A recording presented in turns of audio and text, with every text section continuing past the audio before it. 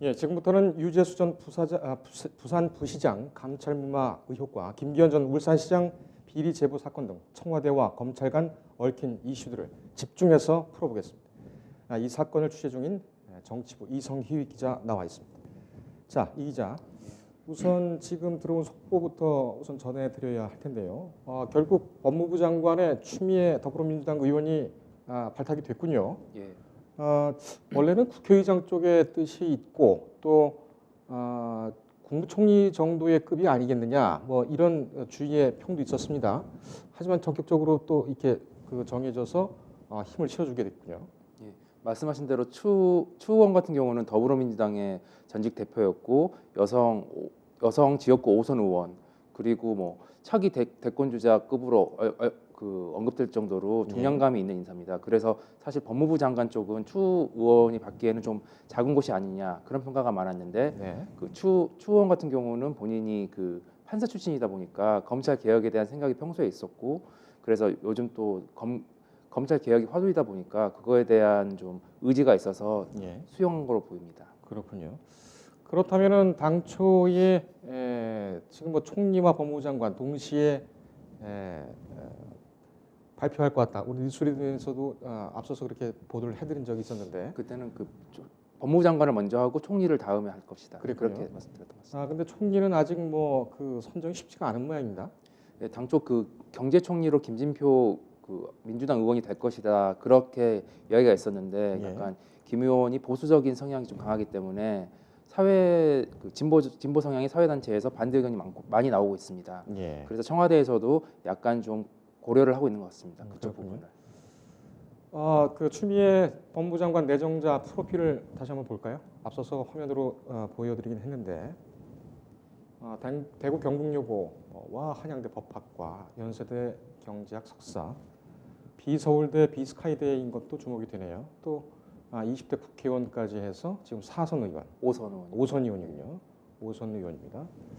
상당히 어떻게 보면 아주 중량급이네요. 총리로도 언급이 되고 국회의장으로도 언급이 될 만큼. 또 재밌는 이슈가 하나 있는데요. 네. 사실 예전 기억하시겠지만 김용철 변호사의 삼성을 이야기한다. 예. 그 책에 좀 추미애 대표에 대한 좀 일화가 있었는데, 그래요? 유일하게 삼성 돈을 안 받은 정치인이 추 대표이기 때문에 예. 뭐 돈을 안 받는 정치인이라고 그렇게 기록이 이건희 삼성 회장의 수첩에 그렇게 적혀져 있었다. 예. 그런 일화도 있을 정도로 좀 개인 관리가 철저한 걸로 알려 있습니다. 그렇군요. 그리고 판사 시절에 공안 검찰과 거기서 부당한 영장을 청구하면은 그거에 대해서 다 초임 판사 시절에 그거를 다 거부했다. 예. 그 정도로 강단이 있는 여성으로 알려져 있습니다. 결기가 있고 강단이 있고, 또 추미애 의원 하면은 과거에 최고위원이었습니까? 민주통합당 최고위원 때인가요? 그때 네. 삼보일배 예, 그 인상이 아주 강하게 남아 있어서 국민들께서도 아주 인상 깊게 보고 계시는 그런 분이죠. 한때 건강 얘기가 좀 나왔습니다. 예, 뭐 일단 삼보일배 말씀하셨는데 노무현 전 대통령 노무현 전 탄핵 대통령 관련해 가지고 관련해서 사죄하는 의미로 그걸 했던 걸로 알고 있습니다. 예. 그래서 삼보일배 이후로 무릎이 많이 안 좋아져 가지고 높은 구두를 잘 못 신는다, 그런 이야기도 있고, 그렇군요. 그런 건강 쪽은 있었는데 별 문제가 없는 걸로 알고 있습니다. 예, 알겠습니다. 이 문제에 대해서는 내일 저희 법조팀 그리고 정치부 기자들하고 다시 집중적으로 앞으로의 검찰개혁 방향에 대해서 짚어보도록 하겠습니다. 자, 본론으로 들어가죠.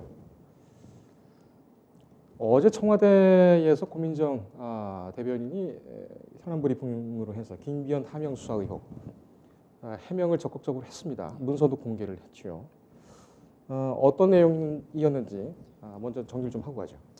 예, 김기현 전 울산시장 관련 비리 첩보가 현재 문제인데요. 그게 청와대에서 자체 생산해서 내린 거냐, 아니면 외부에서 그걸 받은 거냐, 그게 논란이 있었는데, 청와대 자체 조사 결과 경찰 출신이거나 특감반원이 아닌 행정관이 외부에서 제보된 내용을 일부 편집해서 그거를 절차에 맞도록 보고를 했고, 그게 경찰에 이첩이 됐다. 예. 그렇게 설명을 했습니다. 예. 그래서 2017년 10월경에 당시 민정비서관실 소속 A 행정관이 스마트폰 SNS를 통해서 비리 의혹을 제보받았습니다. 예. 그리고 그거를 이메일로 보낸 다음에 문서로 출력하고 또 요약 정리한 다음에 보고했다고 합니다. 그 과정에서 새로이 추가한 비위 사실이나 법적 판단은 없었다고 합니다. 예.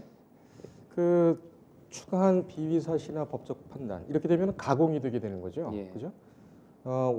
그게 로우 데이터라고 합니까? 원본과 그 제보의 원본에 더해서 더하고 빼거나 더하거나 뭘 그 판단을 내서 자기 의견을 내거나 그러게 되면은 이 가공 부분이 굉장히 커지기 때문에 그 부분은 어떤 제보 문건이라기보다는 그 정보에 대한 분석 문건, 해석 문건 이렇게 되어 있기 때문에 문건의 어떤 성질도 좀 바뀌게 되는 거죠.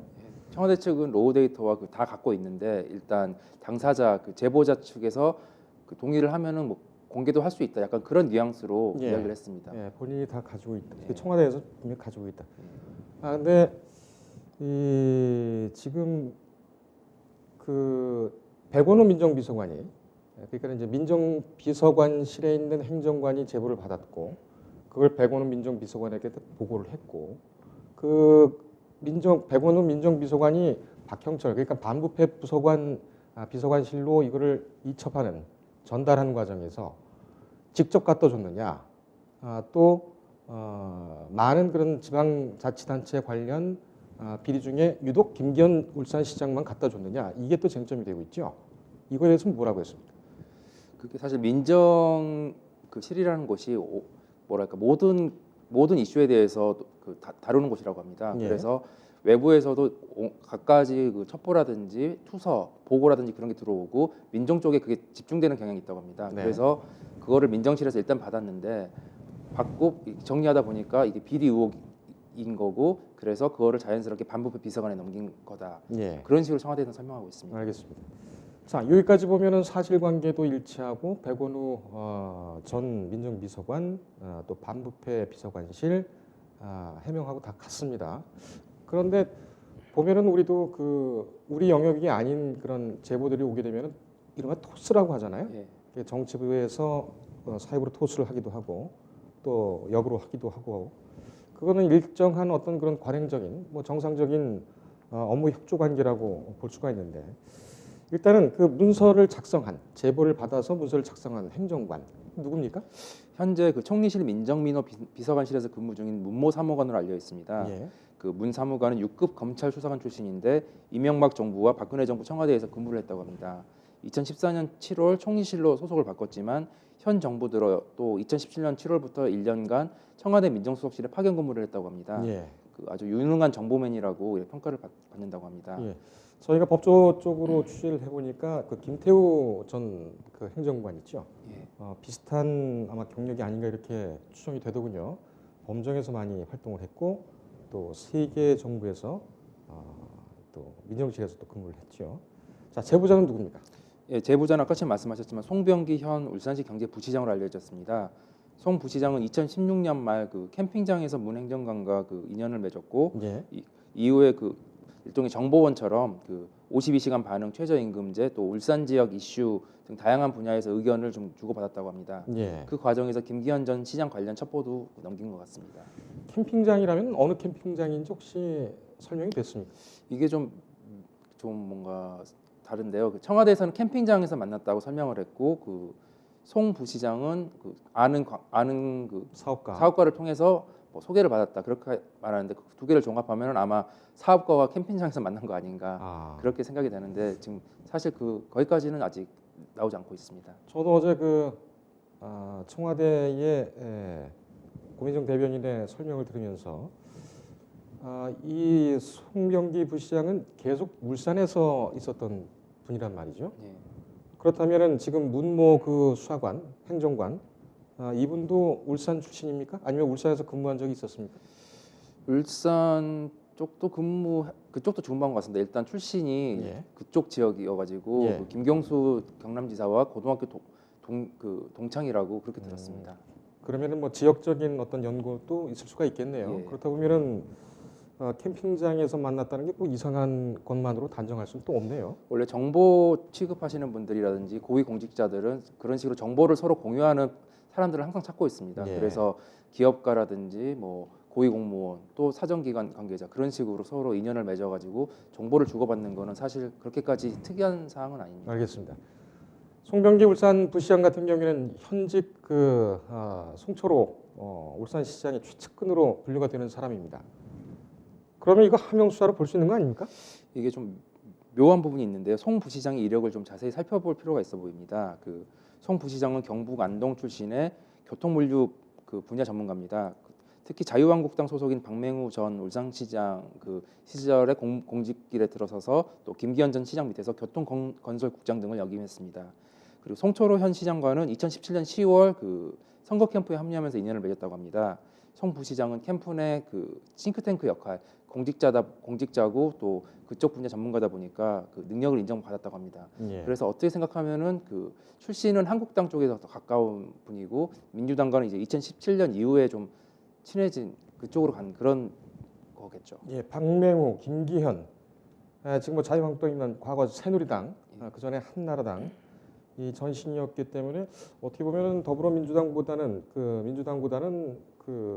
자유한국당 쪽, 새누리, 한나라당 이쪽 인사로 분류되는 것이 어떻게 보면 또 자연스럽겠군요. 오랫동안 또 같이 휘하에서 같이 있었던 수장들이 또 새누리당이나 이쪽 분들이었고요. 그럼 문제의 첩보 이거는 어떤 내용이었다고 합니까? 예, 문제 첩보는 6, 7건의 김기현 전 시장 측근 비리 의혹에 좀 있었다고 합니다. 예. 특히 김 전 시장 동생의 아파트 사업 개입 의혹, 또 비서실장의 특정 레미콘 업체 특혜 의혹 등입니다. 사실 이들 의혹들은 처음 나온 게 아니라 박근혜 정부 시절 때부터 계속 이야기가 있었고 피해자들이 계속 투서를 했었는데 수사에 진척이 없었지만 이 문재인 정부 들어서 이게 진척이 됐다고 합니다. 예. 특히 주목할 부분이 송 시장이 2017년 10월에 이거를 투서를 냈고 또 김 전 시장 밑에서 교통건설국장을 역임했다는 겁니다. 예. 아시다시피 교통건설국장이면은 울산시 건설 관련 속 사정이라든지 소문 같은 거를 잘 알 수 있는 입장이죠. 그렇죠. 사실 그런 첩보 그래서 송 부시장의 첩보가 사건 수사 진전에 좀 영향을 미친 거 아니냐 좀 그런 관측이 나옵니다. 송철호 시장은 어떻게 이 송병기 부시장과 만났고 어떻게 영입을 하게 됐을까요? 오전에 약간 보도가 나왔는데요. 송 시장도 송 부시장이 첩보를 한 건 몰랐다. 그리고 전문가다 보니까 테크노크라트가 필요하지 않았겠습니까? 예. 출마를 하다 보면은 좀 정책 전문가가 필요하고 아마 그 과정에서 영입이 된 거 아닌가 예. 그렇게 판단됩니다. 예, 알겠습니다. 청와대가 최근 이제 숨진 검찰수사관 울산에 내려간 이유를 설명을 했죠. 예. 이때 울산을 내려간 것이 김기현 전 시장에 대한 경찰 수사 관련이 있지 않겠느냐. 계속 김기현 전 시장 측과 자유한국당 측에서는 이렇게 몰아세워 붙였습니다. 근데 어제 문건을 공개하면서 이 내용을 확 풀어버렸죠. 어떤 내용이었습니까? 네, 청와대가 어제 공개한 거는 지난해 1월 18일 작성된 국정 2년차 증후군 실태 점검 및 개선 방안 보고라는 제목의 서류였습니다. 예. 해당 문서에는 검경 갈등이라든지 청와대와 휘하 기간에 약간 소통이 안 되는 문제라든지 그런 것들이 들어가 있었고 예. 그 내용 중에는 고래고기 갈등으로 인한 검경 갈등 내용도 있었습니다. 예.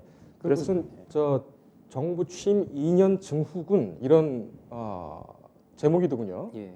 증후군이라는 이름이 좀 특색이 있어서 기억을 하고 있는데 계속해 주시죠. 그래서 청와대 입장은 2명의 특감 반원이 내려와 가지고 검경관 고래고기 환부 갈등 관련 조사를 했다. 한 명은 그 두 사람이 지인들을 찾아가지고 한 명은 경찰청, 한 명은 검찰청을 찾아가지고 내부 분위기는 어떠냐, 왜 이런 일이 벌어졌냐, 앞으로 어떻게 풀면 좋겠냐 그런 내용을 좀 취재를 한 다음에 올라와서 그걸 보고했다는 그런 입장입니다. 예, 알겠습니다. 어제 청와대에서 고민정 대변인이 공개했던 문건, 이 문건은 잠시 후에 김현의 현금 정치에서 추가로 공개를 하면서 저희가 얘기를 이어나가도록 그렇게 하겠습니다. 지금 어제 현장에서 있었고 백브리핑도 들었을 텐데 일단 청와대가 어제 한 얘기의 해명의 어떤 핵심은 지금 사망한 전 검찰 수사관, 그러니까 전 민정행정관이겠죠. 그분과 고인과 김기현 전 울산시장에 대한 비리 제보 의혹 이거는 관계가 없다. 이거 아니겠습니까? 예. 현장에서는 현장 기자로서 이 의혹에 대해서는 좀 의문이 풀리던가요? 사실 청와대가 수사기관은 아니지 않겠습니까? 수사기관은 아니고 내부적으로 자신이 있으니까 이렇게 내부 문건을 좀 공개를 하고 그리고 뭐 제보자가 누구다 힌트를 주고 네. 그런 식으로 하는 걸 보면은 청와대가 좀 자신이 있는 거 아닌가 좀 그렇게 판단이 되는 부분은 있습니다. 알겠습니다. 더 자세한 얘기 또 여기서 못다한 얘기는 잠시 후에 현금 정치에서 또 이어가도록 하겠습니다. 오늘 고생했습니다. 인터넷에 떠돌아다니는 수많은 뉴스 기사. 아직도 포털에서 일일이 검색하세요? 이제 뉴스통에서 터치 한 번으로 손쉽게 확인하세요. 최근 내가 구독한 기사를 분석해 오늘의 기사를 추천하는 개인 맞춤형 AI 뉴스. 나만의 공간인 뉴스북에서 콘텐츠를 편집하고 이용자와도 활발한 소통이 가능합니다. 사진과 영상 자유롭게 이동하고 언론사 기자들이 실시간으로 업로드하는 동영상도 확인해보세요. 더 풍성하고 새로워진 뉴스통. 지금 바로 만나보세요.